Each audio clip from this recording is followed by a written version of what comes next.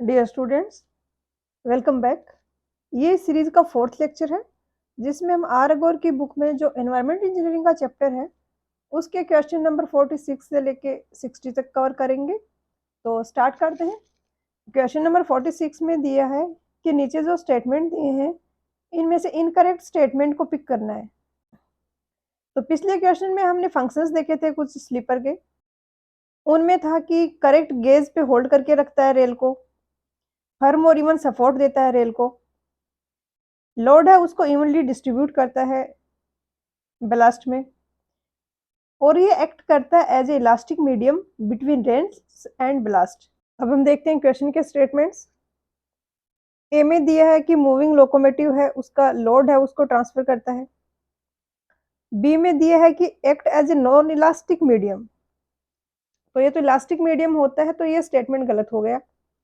सी में दिया है कि होल्ड करता है रेल को एक टिल्ट पे 1/20 इनवर्ड्स, और डी में दिया है कि sleeper hold the rail loose on curve. ये थोड़ा डाउटफुल लग रहा है, बट बी का तो कंफर्म है कि ये गलत होगा, तो बी आंसर दिया है इसका। क्वेश्चन 47 में दिया है कि स्लीपर्स का मेन फंक्शन क्या होता है।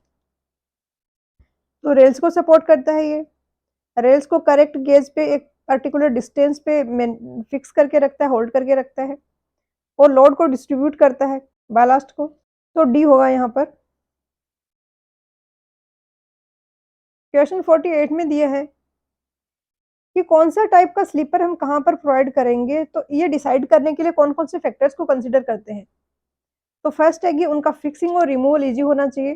ट्रैक की मेंटेनेंस में हमें उनको बार बार रिमूव करना, फिक्स करने की जरूरत पड़ेगी, तो इजी होना चाहिए प्रोसेस। सफिशिएंट बीयरिंग एरिया होना चाहिए ताकि रेल को प्रॉपर सपोर्ट प्रोवाइड कर पाए। इनिशियल और मेंटेनेंस कॉस्ट है ये लो होनी चाहिए,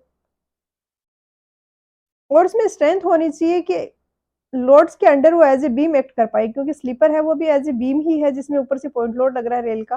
तो इसमें प्रॉपर स्ट्रेंथ होनी चाहिए कि उस लोड को कैरी कर पाए, तो ई होगा आंसर। सारे ही फैक्टर्स हैं। क्वेश्चन 49 में दिया है कि रीजनल जो भी रेलवेज होते हैं वो different type of sleeper use करते हैं, तो किस किस के बेसिस पे डिसाइड करते हैं स्लीपर्स का। तो अवेलेबिलिटी भी होता है, जैसे किसी एरिया में वुडन स्लीपर काफी इजीली अवेलेबल है तो वहां पर यूज कर लिए जाते हैं। इकोनॉमी भी होता है कि किस पर्टिकुलर रीजन में कौन सा स्लीपर इकोनॉमिकल पड़ रहा है, ऑब्वियसली उसको यूज करना चाहेंगे। सूटेबिलिटी की जो ट्रैक की रिक्वायरमेंट है उसके अकॉर्डिंग कौन सा सूटेबल है।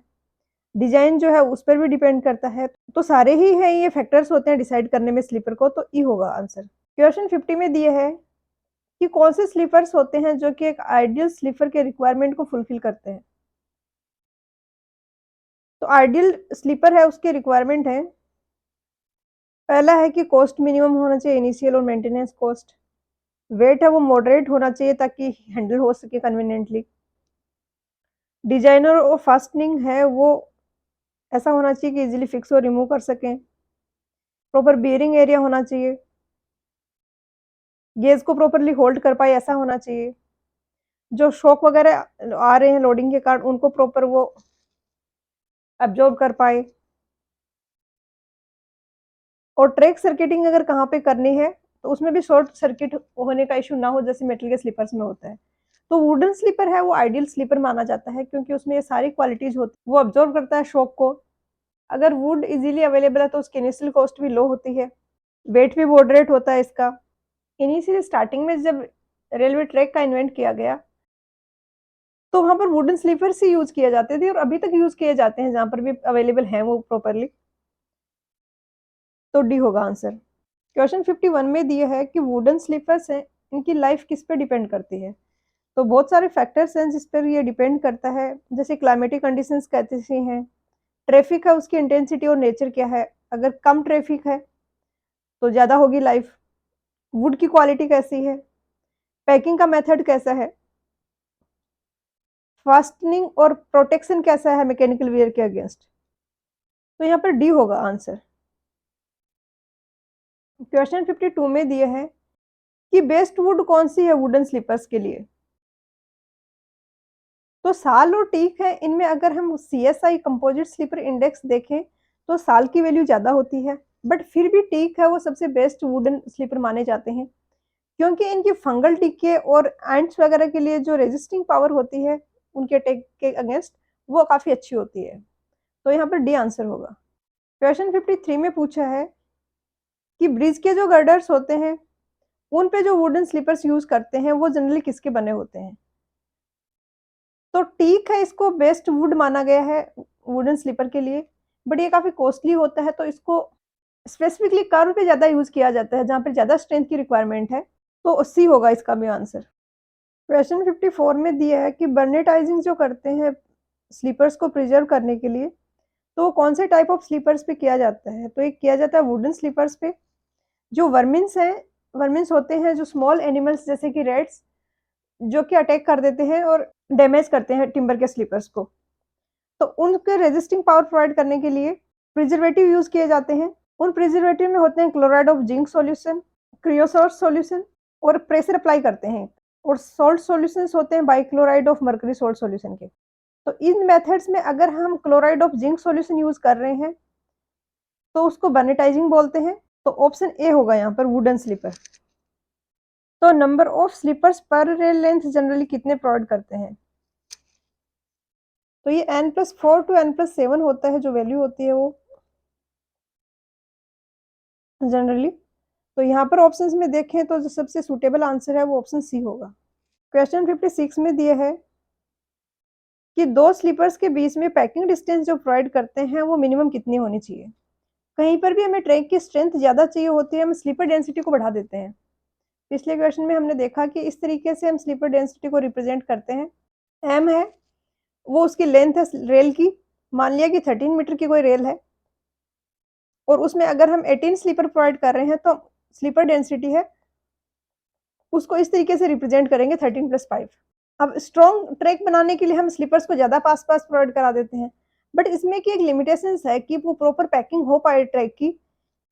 वुडन स्लीपर्स हैं, इनमें ब्रॉड गेज के लिए मिनिमम स्पेस 300 होना ही चाहिए उनके बीच में, और मीटर गेज के लिए 250 होना चाहिए।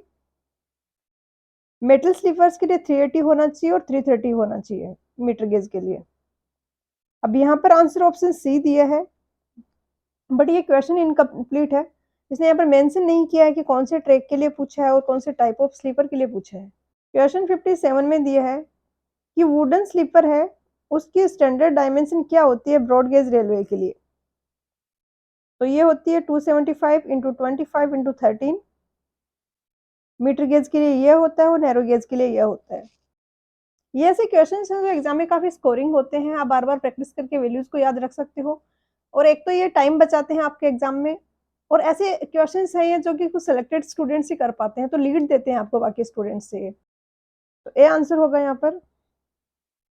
58 में दिया है कि वुडन स्लीपर की स्टैंडर्ड डायमेंशन क्या होगी मीटर गेज के लिए? तो ये होता है 180 × 20 × 11.5, तो बी हो जाएगा। थोड़ा बहुत ये डिफरेंट रेफरेंस बुक्स के अकॉर्डिंग वेरी करता है, जैसे यहाँ 1.8 है, यहाँ पर 1.83 है, तो फिर आपको ऑप्शंस में जो अवेलेबल है उसके हिसाब से देखना पड़ेगा। बट इस टाइप के क्वेश्चंस में जब तक आपको आसपास की वैल्यू मिल रही है, तो उसको आइडेंटिफाई करना है और उसको आंसर करना है। नन ऑफ दिस पे नहीं जाना है कि एग्जैक्टली मैच नहीं कर रहा है तो नन ऑफ दिस कर दें। क्वेश्चन 59 में दिया है कि नीचे जो स्टेटमेंट्स दिए हैं, इनमें से पिक करना है हमें करेक्ट स्टेटमेंट्स को।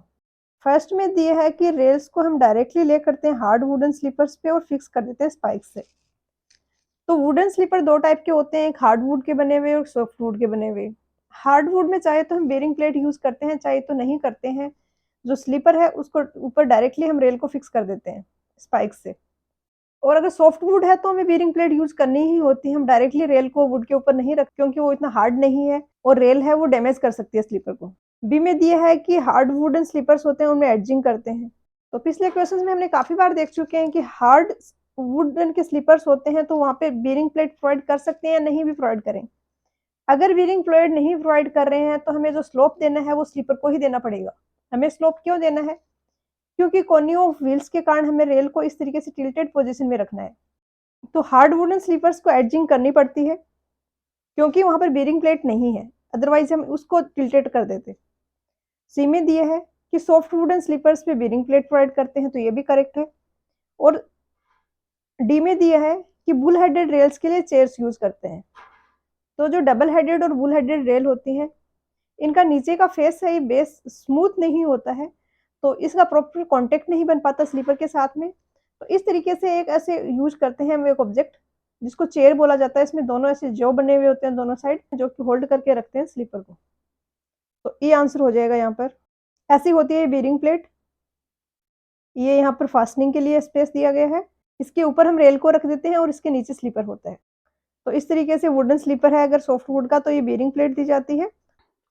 क्वेश्चन नंबर 60 में दिया है कि स्पेसिंग ऑफ स्लीपर है, वो रेल की लेंथ के अलोंग किस तरीके से होता है। तो रेल की लेंथ के अलोंग इक्वली डिस्ट्रीब्यूटेड नहीं होते हैं स्लीपर्स इक्वल डिस्टेंस पे। जो जॉइंट है उसके पास 2 या 3 स्लीपर्स बिल्कुल पास-पास दिए जाते हैं, और उसके अलावा बाकी जो स्लीपर्स होते हैं वो लेंथ के अलोंग डिस्ट्रीब्यूटेड होते हैं। यहाँ पर मिस्टेक है एक आंसर की में। सी दिया है इसका आंसर, बट इसका आंसर होगा वो ऑप्शन बी होगा।